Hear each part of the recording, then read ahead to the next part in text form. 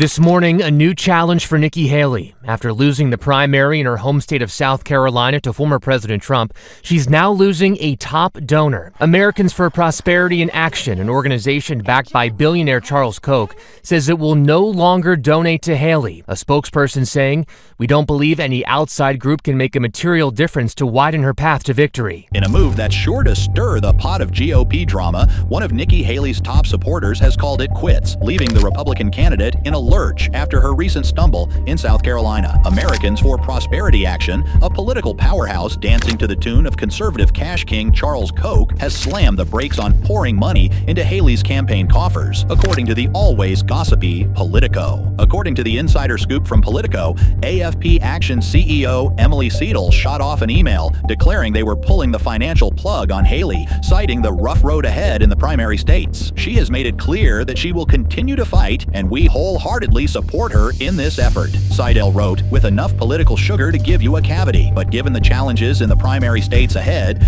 we don't believe any outside group can make a material difference to widen her path to victory." Ouch, talk about being left out in the cold. This move comes after AFP Action had been dumping their dough into Haley's campaign since November, all in the desperate hope of pulling the Republican Party out of the Trumpian tailspin they've been nosediving into. But hey, don't take it from me. Let's hear straight from the horse's mouth. If Donald Trump is at the top of the Republican ticket, the risk of one-party rule by a Democratic Party captured by the progressive left is severe and would do irreparable damage to the country, Seidel lamented, painting a picture bleaker than Monday mornings. And it's not just Seidel, the whole choir is singing the same doom and gloom tune. The last 3 election cycles have painted a very clear picture of what we can expect from voters who consistently rejected Donald Trump and his impact on the Republican Party brand, Seidel added, with a side note hinting at the potential legal storm brewing around Trump. Speaking of which, Trump's got his own legal rodeo to wrangle with, facing a March trial in New York over Stormy Daniels' payouts, along with a federal smorgasbord of election interference charges and mishandling classified documents. And let's not forget the cherry on top,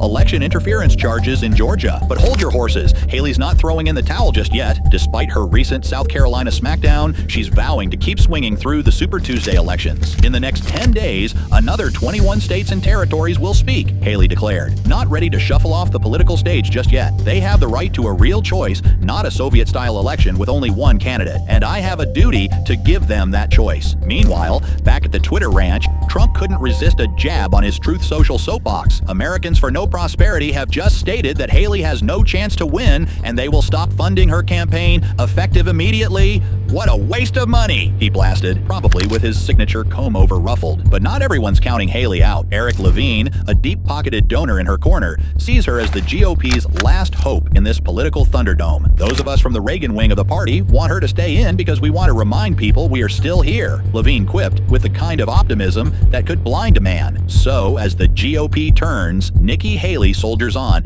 leaving us all wondering, will she rise from the ashes or fizzle into political obscurity? Only time, and probably a whole lot more drama, will tell.